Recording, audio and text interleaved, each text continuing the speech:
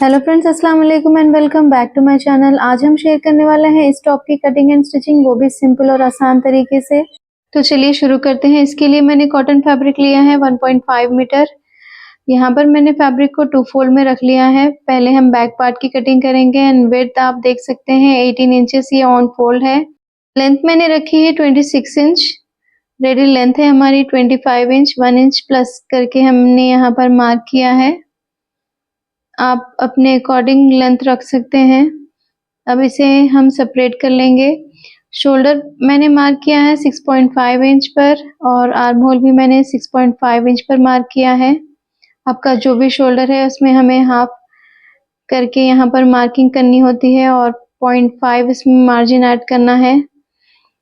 Shoulder slope मैंने लिया है 0.5। चेस्ट का 4th पार्ट हम मार्क करेंगे और उसमें मैंने हाफ इंच लूजिंग ऐड की है और 1.5 इंच मार्जिन रखा है मैंने।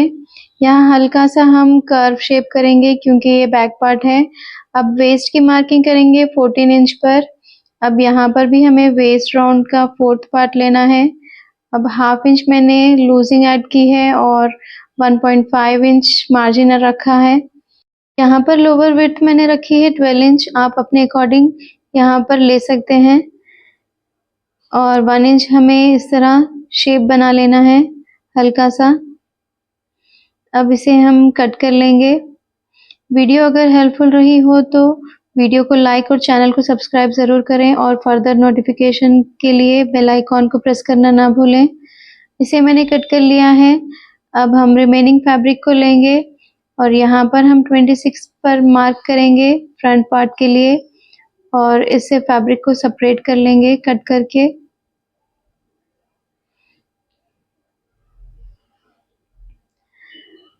अब यहाँ पर हमें इस फैब्रिक को 2 पार्ट्स में सेपरेट कर लेना है।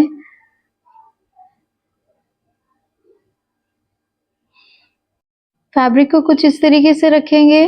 पहले हम 1 इंच पर मार्क करेंगे एंड फिर से हम 1 इंच पर मार्क करेंगे, फिर हाफ इंच पर मार्क करना है and then 1 inch and then half inch and then 1 inch. इस तरह हमें हाफ इंच के 5 सेट्स बनाने हैं। अब इसी मार्क को हम 15 इंच तक एक्सटेंड करेंगे क्योंकि हमें 15 इंच तक हम इसमें प्लीट्स बनाने वाले हैं। आप इसमें भी चाहे तो कम या ज़्यादा कर सकते हैं।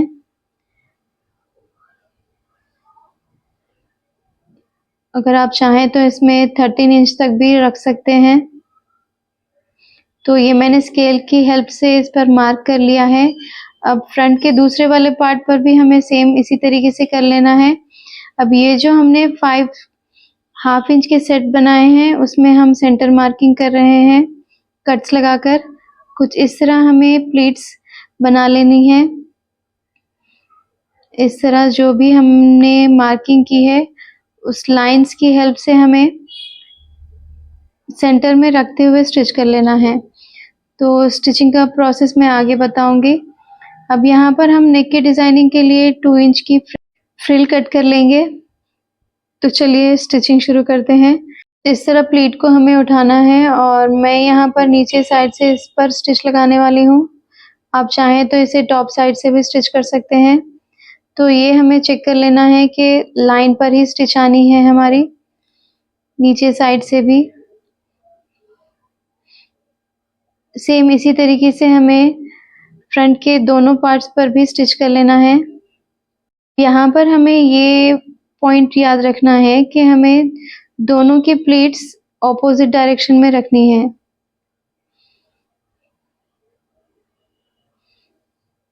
तो मैंने कुछ इस तरह 3 प्लीट स्टिच कर लिए हैं। अब दोनों को भी स्टिच कर लूँगी मैं। तो इसको मैंने रेडी कर लिया है। अब इस पर आयरन कर लूँगी एंड आयरन भी मैंने कर लिया है। अब इस पर हमें बैक पार्ट को रखना है। अब कुछ इस तरह इसे हम कट कर लेंगे। सेंटर से हमें 1 इंच को छोड़कर रखना है और रिमेनिंग हमें सेम कटिंग कर लेनी है इसमें। अब यहाँ पर हम फ्रंट आर्म होल की कटिंग करेंगे। नेक की डीप मैंने रखी है 4 इंच आप अपने हिसाब से कम या ज़्यादा कर सकते हैं। अब इसे मैं कट कर लूँगी।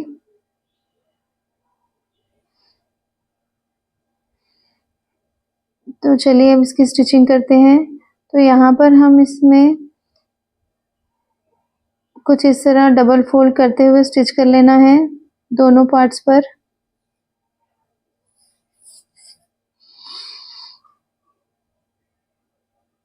इसको मैंने स्टिच कर लिया है। अब इस पर भी मैं सेम इसी तरीके से स्टिच कर लूँगी।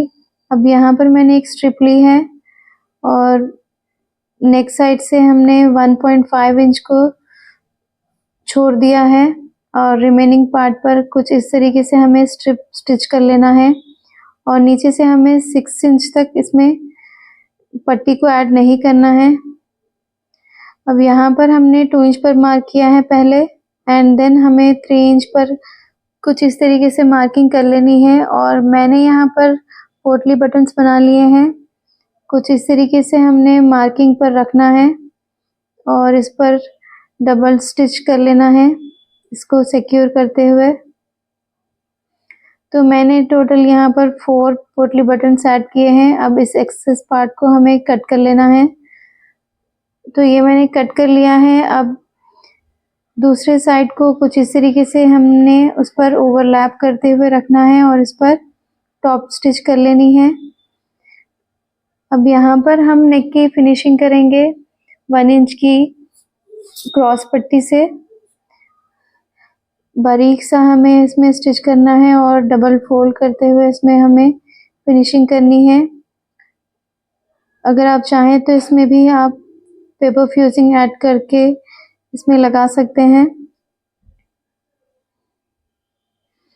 अब इसमें मैंने स्टिच कर लिया है। कट्स लगाकर मैंने इसको डबल फोल्ड करके स्टिच कर लेना है दोनों साइड्स भी। तो ये मैंने स्टिच कर लिया है। तो ये कुछ इस तरीके से परफेक्ट फिनिशिंग के साथ ये स्टिच हुआ है। दूसरा साइड भी हमें सेम स्टिच कर लेना है। अब बैक पार्ट को मैंने लिया है और सेम स्ट्रिप से हमें बैक नेक की भी फिनिशिंग करनी है।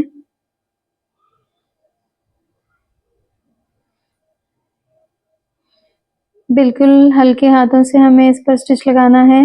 बिल्कुल भी इसमें स्ट्रेच नहीं करना हमें फैब्रिक को।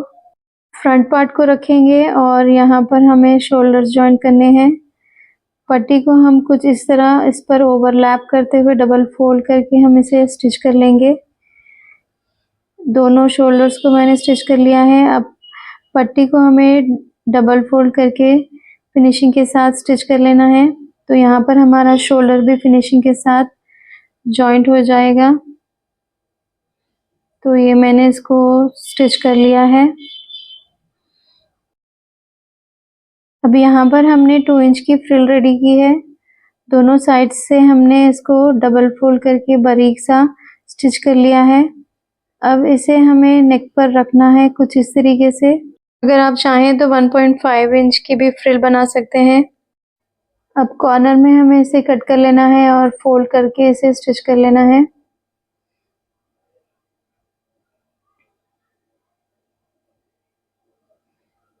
अब नेक्स्ट दूसरा साइड भी हमें सेम स्टिच कर लेना है। ये मैंने इसको रेडी कर लिया है। अब सेम क्रॉस पट्टी लेंगे हम और आर्म होल की फिनिशिंग कर लेंगे। अगर आप चाहें तो इसमें स्लीव भी ऐड कर सकते हैं। नॉर्मली हमें सेम जैसे हम फिनिशिंग करते हैं आर्म होल की, सेम उसी तरीके से हमें डबल फोल्ड करते हुए स्टिच कर लेना है।